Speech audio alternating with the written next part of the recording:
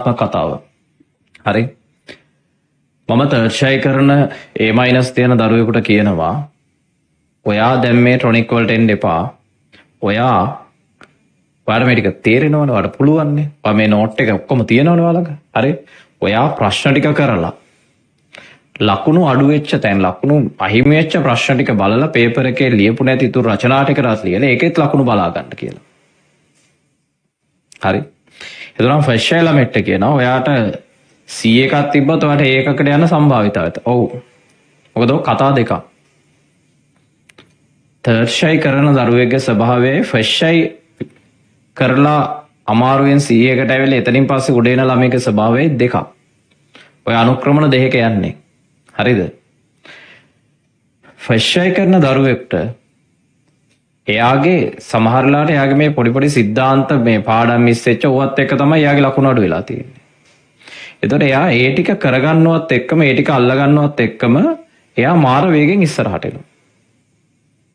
හැබැයි තර්ෂය කරන ළමෙක් කියන්නේ එහෙම සිටුේෂන් එකක් නෙමෙයි.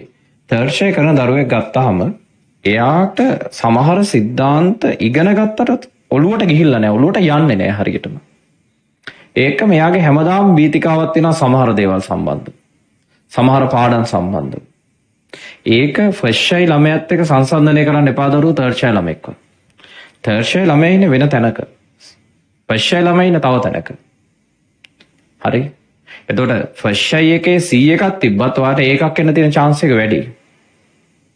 හැබැයි තර්ෂය කරන ළමෙක් ඔය A- එකේ හිටියත් මම තවදුරටත් එයාගෙන් ඒ වැඩේ ගන්න හදන්නේ. හරි. ඔය ළමයාගේ මානසික ස්වභාවය මන් දන්න හින්දා. එයා බයයි මේ වෙද්දි. එයාට හිතෙනවා මේ සැරේත් කෙලවෙයි වගේ එකක්. එයා හැම වෙලේම හැම දෙයක්ම 100% කරන්න හදනවා. මොකද එයා බයයි චූටි තැනකින්. මොකද එයාගේ ජීවිතයේ අත්දැකීම එයාට තියෙනවා. ජීවිතේ යම් දේවල් වැරදුනහම ඒක හදාගන්න try කරන මිනිස්සුන්ට ඕක වෙනවා. ඔයාලගේ ජීවිතවලත් ඔහොම දේවල් ඇති. නිකන් හිතලා බලන්න විවාහ නෙමෙයි.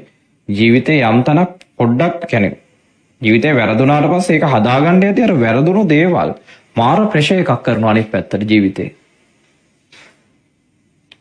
ලව් කරද්දිත් ඔහොම තමයි.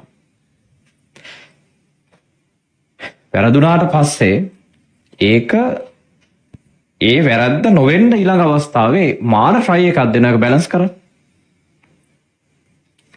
එතකොට ඔය A- තියෙන දරුවව මම try කරන්නේ කොහොම හරි ඒකේ පිහිටවලම් විභාගයට යවන්න. මොකද මේ මානසිකත්වයේ දරුවගේ මම ඇති කරන්න ඕනේ. මොකද එයා හිතනවා මගේ පේපර් එකේ ඒක එන තාක්කල් එයාට A level වලට ඒක එන්නේ නැහැ කියලා. හරි. එයාට දැන් සිතුවිල්ලක් ඇවිල්ලා තියෙන මේ විදිහට ඔළුවට. ඕක ඔය දරුවන් නෙමේ තර්ෂයි මම දැන් අවුරුදු 20 ගානක් තිස්සේ තර්ෂයි ළමයින්ට කොච්චර උගන්ලා තියෙනවද? ඔය හැම දරුවන්ටම තියෙන ප්‍රශ්නේ ඒවා බැලන්ස් කරලා හදලා තමයි විභාගයට යවා ගන්න. හරි. ඒක තමයි කියන්නේ අර මේ ලයිව් එකේ තියෙන වැදගත්කම කියලා. හරි. අහගන්න. දැන් තව ප්‍රශ්න දායි දැන් පොඩ්ඩක් අහගන්න. පාඩම දැන් පොඩ්ඩක් පාඩමත් එක්ක විනාඩි කිහිපයක් යන්න වෙනවා. මේක ටිකක් වැඩ අමාරු තැනක් ඈ.